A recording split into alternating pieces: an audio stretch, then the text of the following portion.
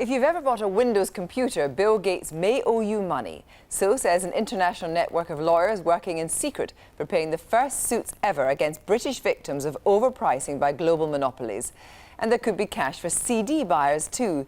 Greg Palast's exclusive report tells you how these law firms, including Princess Diana's lawyers and their allies, plan to get you your money back.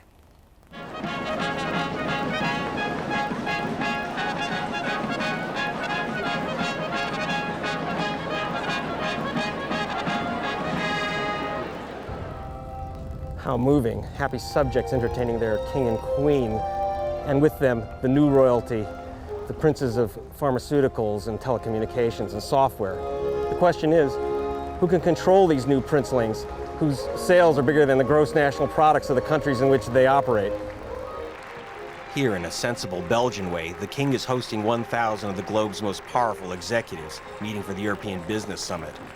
And for their pleasure, he has opened Egmont Palace and stocked it with champagne and the European government officials who are supposed to regulate them. Here's a Microsoft chief. Only last week, the company was found guilty in a U.S. court of illegally monopolizing the computer software market. And there's the summit's honored guest, Mario Monti, Europe's competition commissioner, whose job is to investigate price fixing and monopolies like Microsoft's. But Europe's regulators have never once returned a single penny to ripped-off customers of big business.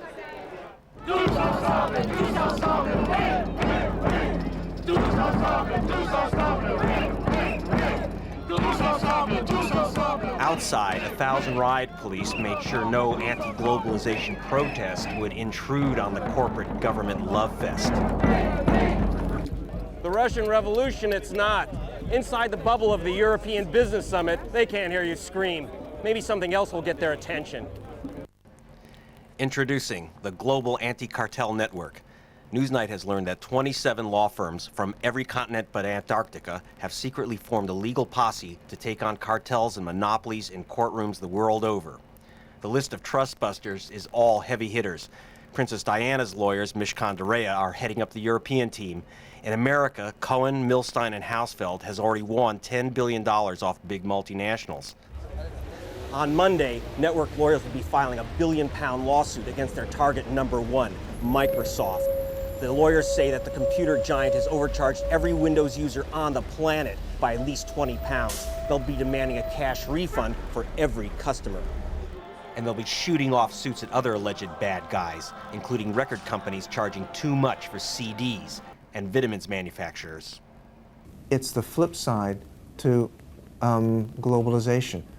If you're going to have globalized industry and globalized impact of industry, then you have to have a global means of uniformly responding to abuses by that globalization. Back at the Business Summit, the Prince of Belgium gets to shake hands with the fourth richest man in the world, Microsoft's chief executive, Steve Ballmer. How did he get to be worth 10 billion quid? Microsoft, where do you want to go today? Well, let's go to the U.S. Department of Justice. Let's see, what does it say here? It says, the judge found that Microsoft has repeatedly abused its monopoly power. Wonder why. Mr. Steve Ballmer. The network will use this evidence to try to get back £5 billion from Mr. Ballmer's company. How do you feel about the swarm of lawyers who are about to file private lawsuits to get back billions of dollars for individual customers of the Windows system? We're going to have to keep our people, and I think we'll be able to do that, very focused in on the incredible opportunity and the incredible challenges in front of us in the marketplace, and certainly that's where we'll put our energy. Certainly, I think our industry arguably has served the consumer better than any industry in the history of the world. It's not just the high-tech stuff. Everywhere you turn, you're nickeled and dimed by cartels.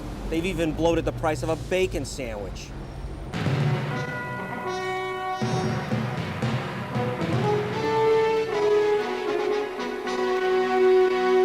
This is secretly recorded FBI footage of a price-fixing conspiracy in action.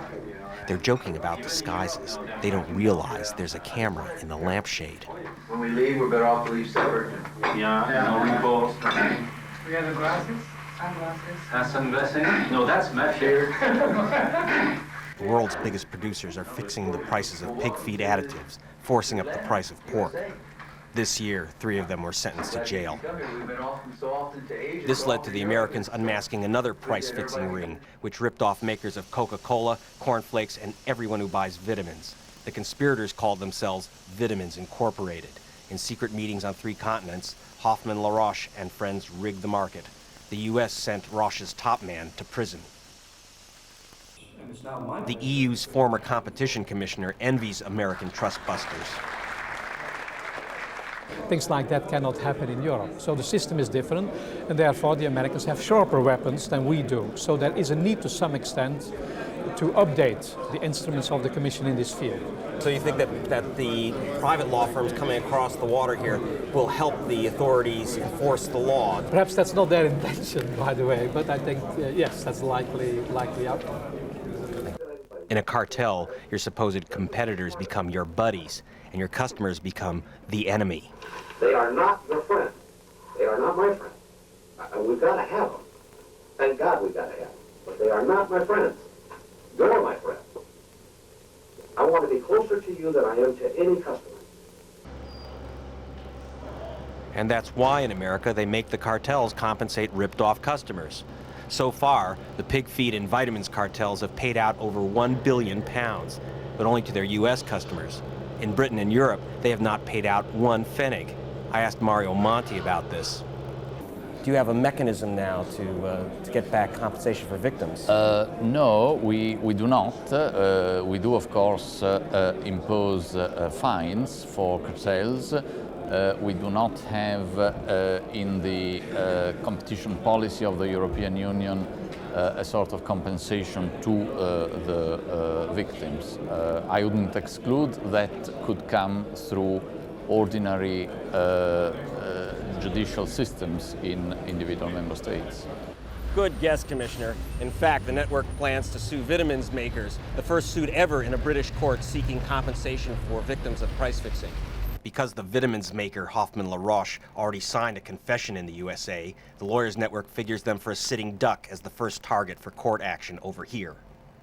There's no reason that the people of Europe should be subjected to being essentially ripped off or taken advantage of by these cartels with no possibility of recovery. But the network's crusade against Microsoft and cartels doesn't go down well with everyone. Milton Friedman, winner of the Nobel Prize in Economics, came out of his San Francisco retirement to give this extraordinary interview to Newsnight, just to warn Europe against the global anti-cartel network. How are they going to get their money back? They're going to force Microsoft to spend its money on litigation rather than on research and development. They're making matters worse for consumers, not better for consumers. Friedman is the architect of the free market theories first adopted by Augusto Pinochet, then Margaret Thatcher and Ronald Reagan. He believes globalization is the solution, not the problem. Open trade will break cartels. Nobody believes that all laws should be adhered to. It's competition from other enterprises that protects the consumer, not the attentions of lawyers whose major interest, and understandably so, is on their own bottom line. Friedman rails against the law which locks up corporate executives. He would completely eliminate the Sherman Act, the U.S. law which allows citizens to sue cartels. As over the past 50 years, I and my colleagues have seen what has happened under American antitrust legislation. I would certainly not recommend it to any other country. I would not recommend it to the United States. I think we would be better off if we abolished if we repealed the Sherman antitrust law. But CD buyers might not be better off. Last month, American regulators found that a cartel of music companies overcharged the U.S. public $450 million. Lawyers are suing over there for compensation. Now it's our turn. The top guns at the Trust Busters Network say start counting up those old CDs now. If they win, you could win up to £5 for every CD you bought.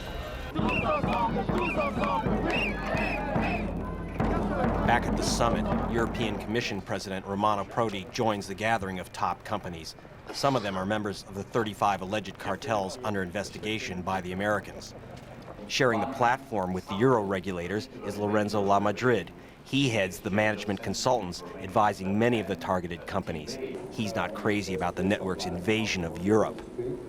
You can take that trust-busting concept way too far and end up with ambulance-chasing results, which would be extremely detrimental to what Europe as a whole is so rapidly and, in fact, quite successfully beginning to achieve already.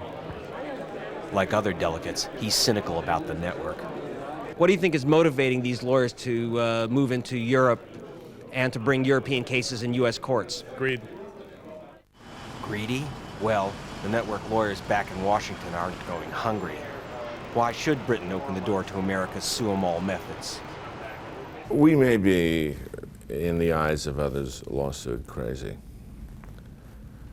But as a society, I think we're rather content and rather prosperous. And that may be because our lawsuits make sure that we keep people more honest than not. To put an end to the polite dance between European government and price-fixing rings, the network will rely on ancient laws against pirates on the high seas. If they win for the monopolies, the show is over.